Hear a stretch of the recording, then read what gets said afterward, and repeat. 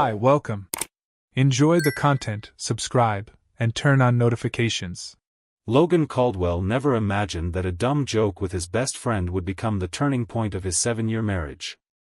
A 38-year-old civil engineer, he had a predictable routine in Denver, waking up early, drinking coffee made by Bethany, his 35-year-old wife, kissing her goodbye before heading to the office, and returning home expecting to find her working on her graphic design projects in their makeshift home office.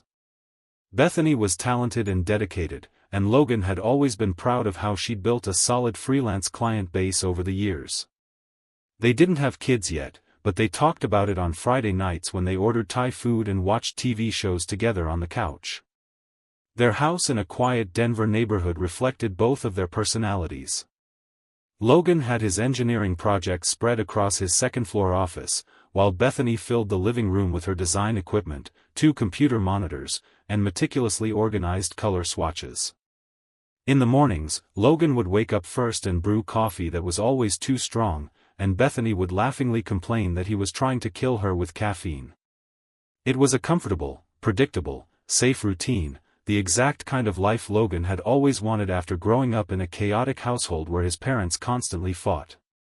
That Tuesday in October, Logan was having lunch with Jake Patterson, his friend since college, at a Mexican restaurant near the office.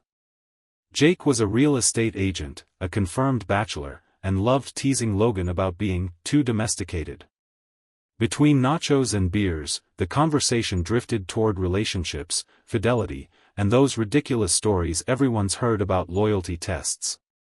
Jake mentioned a video he'd seen online where a guy faked a phone call accusing his girlfriend of cheating just to see her reaction. Logan laughed and thought it was ridiculous, but Jake kept pushing. "Dude, I bet Beth would be furious. She'd slap you and make you sleep on the couch for a week," Jake said, laughing as he dipped another nacho into the guacamole. Logan shook his head, but the idea stuck with him. Not because he believed Bethany was cheating on him, but because, deep down in some quiet corner of his mind, there was that nagging curiosity every rational man hates to admit. He trusted her, but he also knew that absolute trust sometimes comes more from routine than from certainty. It would just be a way to prove to Jake that Bethany was different, that she wouldn't even flinch at such an absurd accusation. "I don't know, man. Seems kinda dumb," Logan said, taking a sip of his beer. Jake leaned forward, excited. "Exactly. That's why it works. It's so ridiculous her reaction will be totally genuine. I'll bet you $50 she'll laugh in your face and call you an idiot." Logan thought for a moment. Easy $50. And it'd be funny to see her get mad. "Alright, let's do it," Logan said, surprising even himself. Jake's eyes widened, and he grinned. "Seriously? You're serious?" Logan shrugged. "Why not? It'll be funny watching her yell at me. And you'll have to admit I've got the most faithful wife on the planet." They worked out the details. Jake would call Logan that same night while he was with Bethany. He'd say he was passing through the Cherry Creek area and saw Bethany entering a hotel with another man. Vague enough to seem plausible, specific enough to sound like a real accusation. Logan got home that night at 6:30 and found Bethany in the kitchen making pasta for dinner. She was wearing black leggings and an oversized t-shirt, her brown hair pulled up in a messy bun, and she smiled when he walked in. "Hey, sweetheart. How was your day?" she asked, turning to kiss him. Logan felt a pang of guilt. She seemed so genuine, so relaxed. But it was just a joke, he reminded himself. They ate dinner while chatting about her project for a tech startup and the problems with one of his clients who wanted to change the structural plan mid-construction. Everything was normal. Everything was fine. At 8:15, Logan's phone rang. It was Jake. Logan answered on speakerphone, as they'd planned. "Hey, Jake. What's up?" His friend's voice came tense, as if uncomfortable. "Logan, man, look, I didn't want to call you with this, but I'm driving past Cherry Creek and I just saw Bethany. Logan feigned confusion. Beth? She's here with me, dude. There was a pause. No, Logan. I saw her going into a hotel. With some guy. About 20 minutes ago. I wasn't sure if I should tell you, but I figured you had a right to know. Logan looked at Bethany, expecting her to roll her eyes or laugh at the prank. But what he saw made him freeze. Bethany had gone pale. Her eyes were wide, fixed on his phone as if she'd just seen a ghost. Her hand trembled as she held her fork. She opened her mouth, but no sound came out. She swallowed hard, her eyes darting around the room as if searching for an escape that didn't exist. Then, barely above a whisper, she said, "Logan, hang up. Please. Not here." Logan's world collapsed in that instant. Jake kept talking on the other end of the line, probably confused by the silence, but Logan couldn't hear anything over the ringing in his own ears. Bethany wasn't laughing. She wasn't outraged. She was terrified. The stupid joke he'd set up had just revealed something painfully real. "Jake, I'll call you back," Logan said, hanging up without waiting for a reply. He placed the phone on the table slowly, never taking his eyes off Bethany. She was trembling now, tears forming in the corners of her eyes. "Logan, she started, but he raised his hand. "No," he said, surprised at how calm his voice sounded. "Don't lie now. Not after that reaction." Bethany covered her face with her hands and started sobbing. Logan felt anger rising, but he kept control. He needed to hear. He needed to know. "How long?" he asked. Bethany shook her head, still hiding her face. "Bethany, how long?" She finally looked up at him, her eyes red and wet. 8 months, she whispered. 8 months. Logan felt like he'd been punched in the gut. 8 months was almost a year. 8 months meant daily lies, fake kisses, empty "I love yous." He stood up from the table, needing space to breathe. His legs felt shaky, and he steadied himself by gripping the back of the chair. The room suddenly felt smaller, the air heavier. Bethany stood too, reaching out to him, but he instinctively stepped back. "Logan, please, let me explain," her voice came out broken between sobs. "Explain?" he interrupted, his voice still controlled but icy in a way he'd never spoken to her before. "Explain 8 months of lies? 8 months of you sleeping beside me, knowing you were cheating?" He ran a hand through his hair, trying to process. "How many times, Bethany?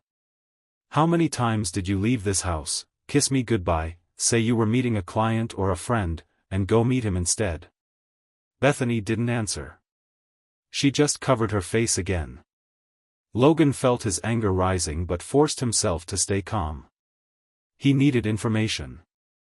He needed to understand the full extent of her betrayal. "Then explain. Who is he?" Bethany hesitated. "Colin.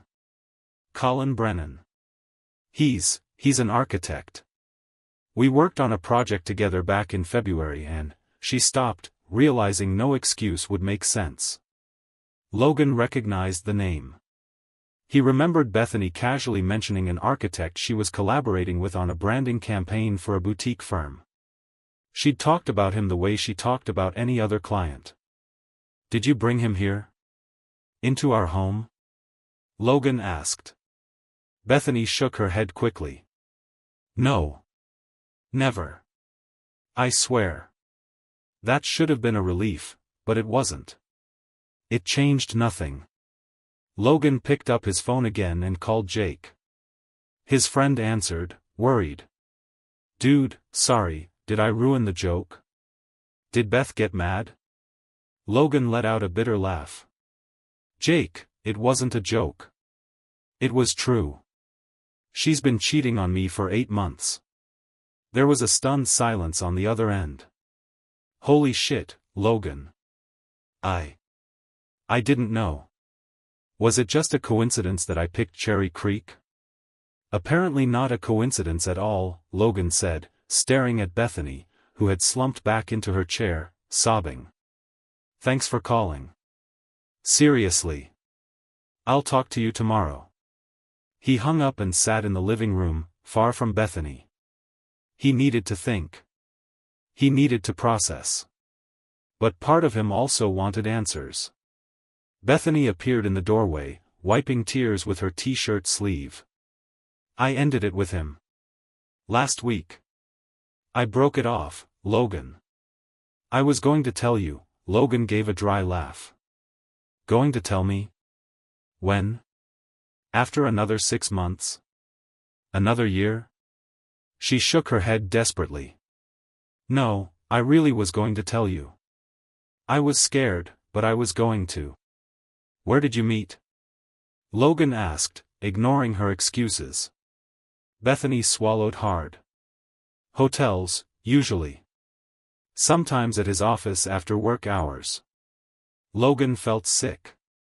He pictured Bethany leaving the house, kissing him at the door, saying she had a client meeting, and then going to another man's bed. How many times? Dozens? Hundreds?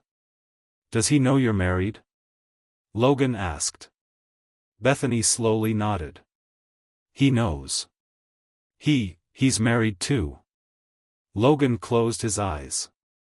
Of course he was. Of course this Colin was also cheating on someone else, destroying another person, another family. Kids? He asked. Bethany shook her head. No. He doesn't have any. That night, Logan didn't sleep. Bethany tried to approach him several times, tried to talk, tried to apologize, but he didn't want to hear it. He was processing, planning. He stayed in the living room until 3 in the morning, staring at the ceiling, reliving moments from the past 8 months. How many signs had he missed? How many late work meetings had been lies? How many times had she said, "I love you," right after being with another man? The next morning, he left early and went straight to the law office of Janet Marsh, a divorce attorney who had handled a colleague's separation 2 years earlier. Janet welcomed him with coffee and professional seriousness. She was a woman in her mid-50s, her gray hair pulled back in a flawless bun, thin-framed glasses perched on her nose. "Tell me everything from the beginning," she said, opening a notepad. Logan told her about the call, Bethany's reaction, her confession. Janet took careful notes, asking precise questions. Proven infidelity, no children, no complicated shared assets. Should be relatively straightforward, Janet said, looking over her glasses. But I need you to keep a cool head. No public confrontations, no violence. Let the law do its job. Logan agreed. He wasn't violent. He never had been. But he wasn't going to let this go quietly, either. I want her out of the house as soon as possible, he said. Janet nodded. We'll work on that. You're entitled to the house, considering you paid the down payment. I'll prepare the paperwork today. He returned home that afternoon and found Bethany waiting in the living room, her eyes swollen from crying. Logan, can we talk? Please. Logan sat in the armchair across from her. Go ahead. Bethany took a deep breath. I know there's no excuse. I know I destroyed everything. But I need you to know that I love you. I've always loved you. It was a mistake, it was selfishness, it was. It was a choice, Logan interrupted. It wasn't a mistake, Bethany. A mistake is forgetting your wallet at home.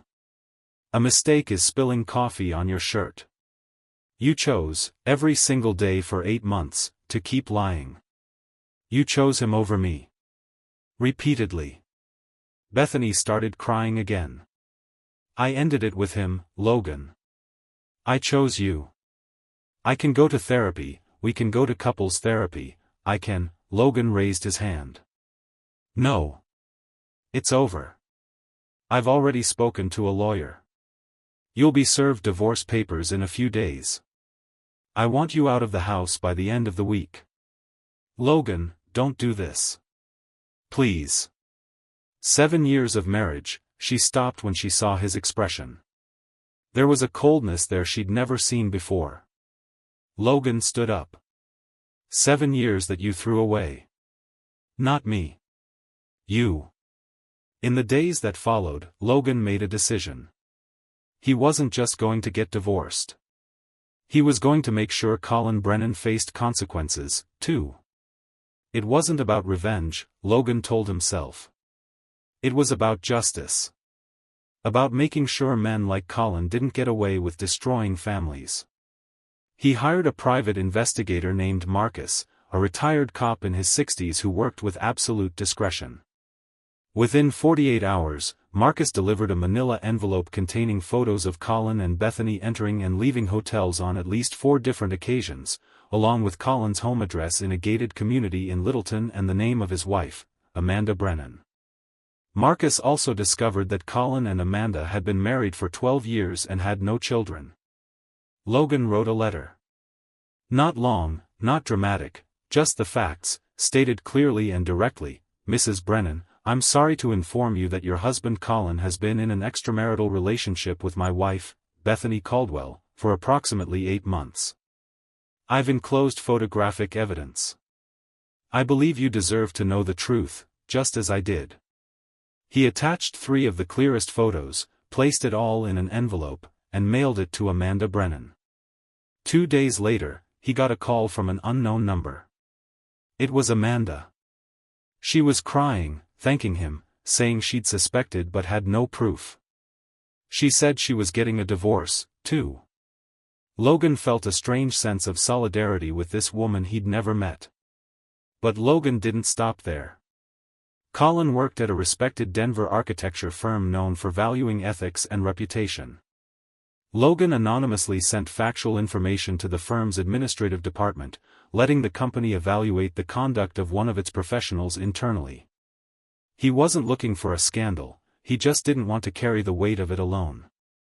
3 weeks later, Jake called Logan with news. Dude, did you see? Colin Brennan got fired. It was in the local business paper. Unethical conduct. Logan didn't feel pleasure, but he felt justice. Bethany also lost her contract with the startup after rumors of the affair began circulating. Apparently, the wife of one of the founders was friends with Amanda Brennan. The world was small. The divorce moved quickly. No kids, no major financial disputes. Bethany tried to claim the house, but Logan had documentation proving he'd paid the entire down payment before they married. She left with half of their joint account and her personal belongings and moved into a small apartment on the other side of town. Logan threw himself into work. He accepted a big project in Boulder that required frequent travel, which was perfect. Less time at home, less time thinking. Jake and other friends tried to get him to go out, meet new people, but Logan wasn't ready. He was still processing. Still healing. 6 months after the divorce, Logan was at a cafe in Cherry Creek, ironically, near the very area Jake had mentioned in that fateful call, when he saw Bethany. She was alone, waiting in line, looking tired. Her hair was different, shorter, cut just past her shoulders. She had deep under-eye circles and looked like she'd lost weight. She saw him too and froze, her expression showing surprise and something that looked like shame.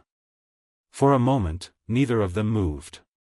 The barista called the next customer, but Bethany didn't budge. Then she took a deep breath and slowly approached, her steps hesitant. "Hi," she said, her voice low, almost a whisper. Logan nodded, keeping his expression neutral. "Hi." An uncomfortable silence hung between them. People around them chatted, coffee machines hissed, soft music played in the background, but between them, there was only heavy silence. "Are you okay?" she asked, nervously twisting her hands. Logan took a sip of his coffee, letting the question hang in the air for a few seconds before answering. "I am." "And you?" Bethany shrugged, trying to smile but failing. "Surviving." Lost some clients, but I'm rebuilding. Moved to the east side of town. Smaller apartment, but it's what I can afford now. She hesitated, biting her lower lip. I'm so sorry, Logan. Really. Every day I think about what I did. About what I destroyed. If I could go back. But you can't, Logan gently interrupted, no anger in his voice, just acknowledgement. Logan looked at her. It still hurt. It probably always would, at least a little. But the anger had cooled, turning into something closer to indifference. I know, he simply said. Bethany waited, maybe hoping he'd say more, but Logan had nothing else to add. She nodded slowly, understanding. Take care of yourself, Logan. He watched as she picked up her coffee and walked out, not looking back. Logan stayed seated, finishing his own coffee, and realized something. He no longer felt the weight on his chest that he'd carried during those first few months. He no longer needed to understand why. Bethany had made a choice. Colin had made a choice. And now they were all living with the consequences. He picked up his phone and opened the message Janet, his attorney, had sent the previous week. It was the contact info for her friend Caroline, a literature professor who'd also gone through a difficult divorce. Janet thought they'd have a lot in common. Logan had ignored the message until now, but something inside him had shifted. He typed a simple reply, "Hi, Janet. Go ahead and give Caroline my number. Thanks." He hit send before he could change his mind. Maybe nothing would come of it. Maybe something would. But Logan was ready to try again, not because he'd forgotten Bethany or fully forgiven her, but because he realized that staying stuck in the past would only let Colin and Bethany win in another way. The following week, Logan was having dinner with Caroline at an Italian restaurant downtown Denver. She was smart, funny, and carried her own emotional scars that made her understand exactly what he'd been through. They talked about books, about work, about rebuilding trust after betrayal. It wasn't a relationship yet, maybe it never would be. But it was a beginning. And when Logan got home that night, for the first time in months, he didn't think about Bethany as he closed the front door. He didn't wonder where she was or what she was doing. He simply turned on the TV, made tea, and relaxed. That dumb joke with Jake had destroyed his marriage, but it had also saved Logan from wasting more years with someone who didn't value him. He didn't thank her for the pain, but he understood that the truth, however brutal, had given him the chance to choose a better future.